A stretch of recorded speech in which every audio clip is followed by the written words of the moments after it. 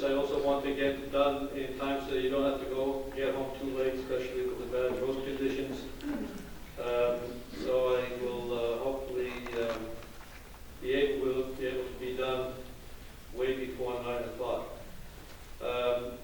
We are delighted to invite a great human rights activist, political analyst, freelance journalist, recipient of the Ontario TESL Award, mentioned in Parliament in Canada on Women's Day, recipient of Leading Women, Leading Girls, Building Communities Award in Ontario, recipient of the Hero Award presented by Representative Carolyn Maloney in New York City, and selected among the 1,000 most important women of the Middle East and the Arab world. This is Shabnam Assadollahi.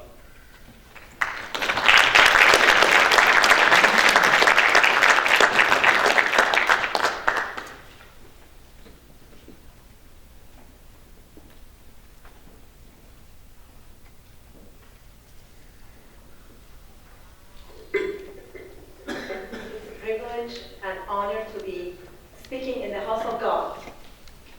And thank you very much for being so patient and for caring about Iran and human rights in Iran. I'm going to read through this quickly and won't take your time. I just want to let you, before I start, that I was in prison when I was 16 years old. And the only reason that I see that why I went to jail at age 16 for 18 months in the most brutal prison in Iran was because God, Jesus Christ, picked me there to become who I am right now and to become a Christian, born into a Muslim family, and I'm proud of that. And I can say that I'm not a victim, but I'm a victor. So, we are gathered here to find a path forward for human rights in Iran by holding the regime accountable. Well, I don't see any clear vision for that, at least not in the near future. Sadly, our two Iranian MPs who recently were voted and they became under liberals are not present in here.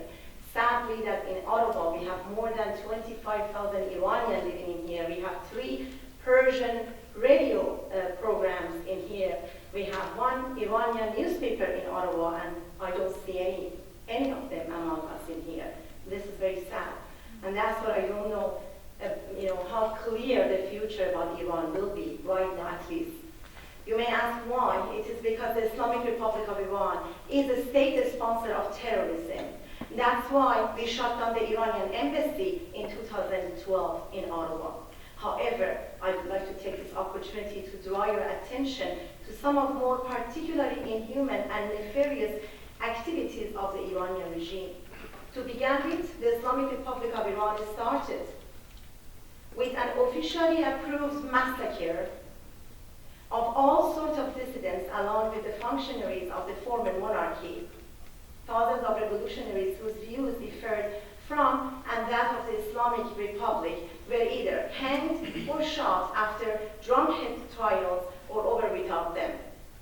Later, the Islamic constitution that was established in Iran effectively brought fundamentalist Islamic regime to power, which systematically suppressed all of the voices and social political constituencies like liberals, socialists, women, religious and ethnic minorities.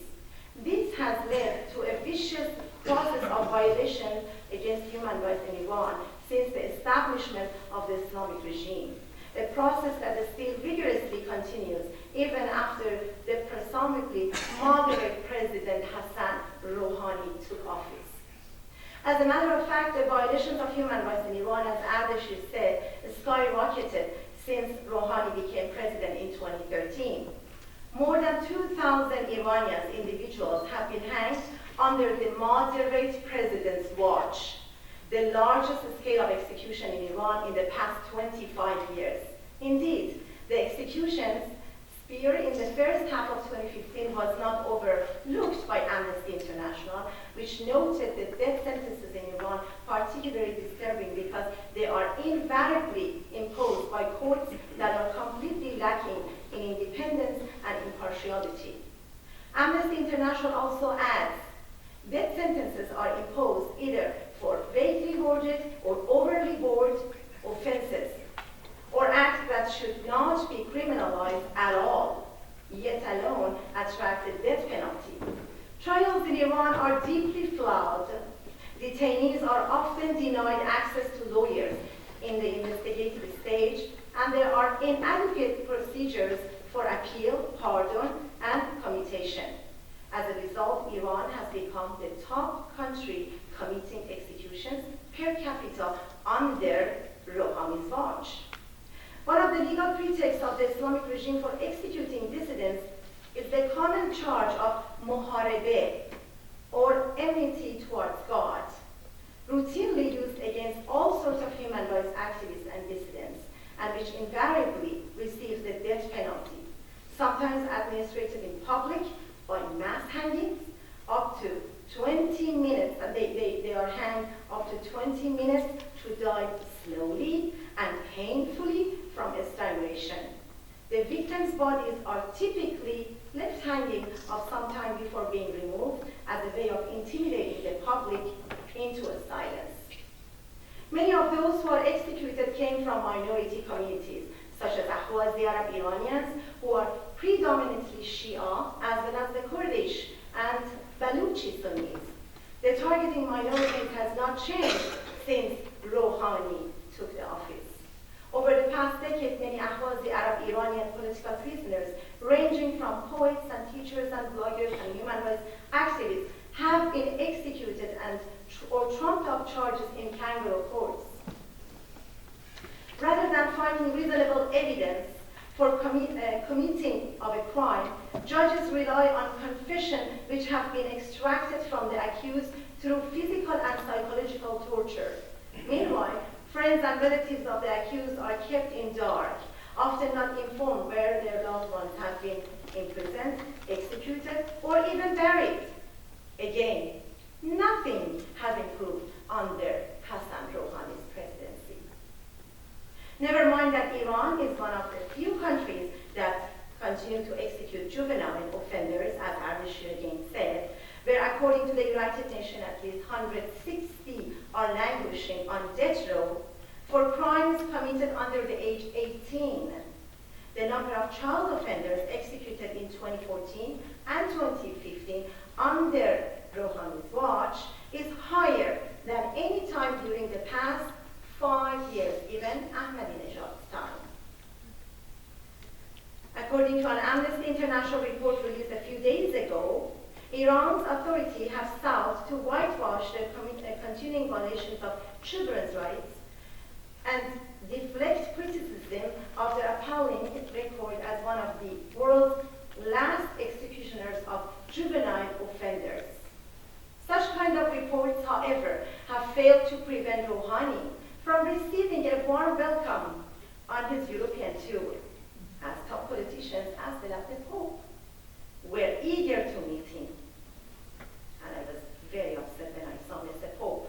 And so many Iranian Christians are in prison, and he goes and confined. You know, I heard that Mr. Pope said that Iranian regime is a good regime and it's good to have normalized relationship with, which is like, this is, I don't want to use the word that you use. Surprisingly, the days even the prominent opposition voices in the West, who often complain about their own government's disregard of human rights violations, do not see necessity to voice any substantial criticism against the abuse of human rights by the regime of Iran.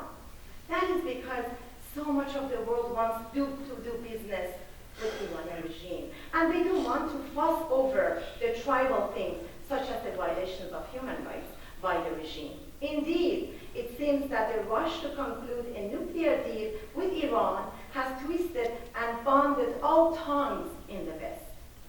Now, in conclusion, that we are supposed to find answers as to how to find a path forward for human rights in Iran by holding the regime accountable. However, I'd rather to end my speech with a question. How can we possibly improve the condition of human rights in Iran by holding the Iranian regime accountable when at the same time the liberal government of Canada is going to implicitly legitimize that regime's violation of human rights by re-establishing diplomatic relations with this regime. Do you have any hope under Mr. Trudeau? Thank you very much.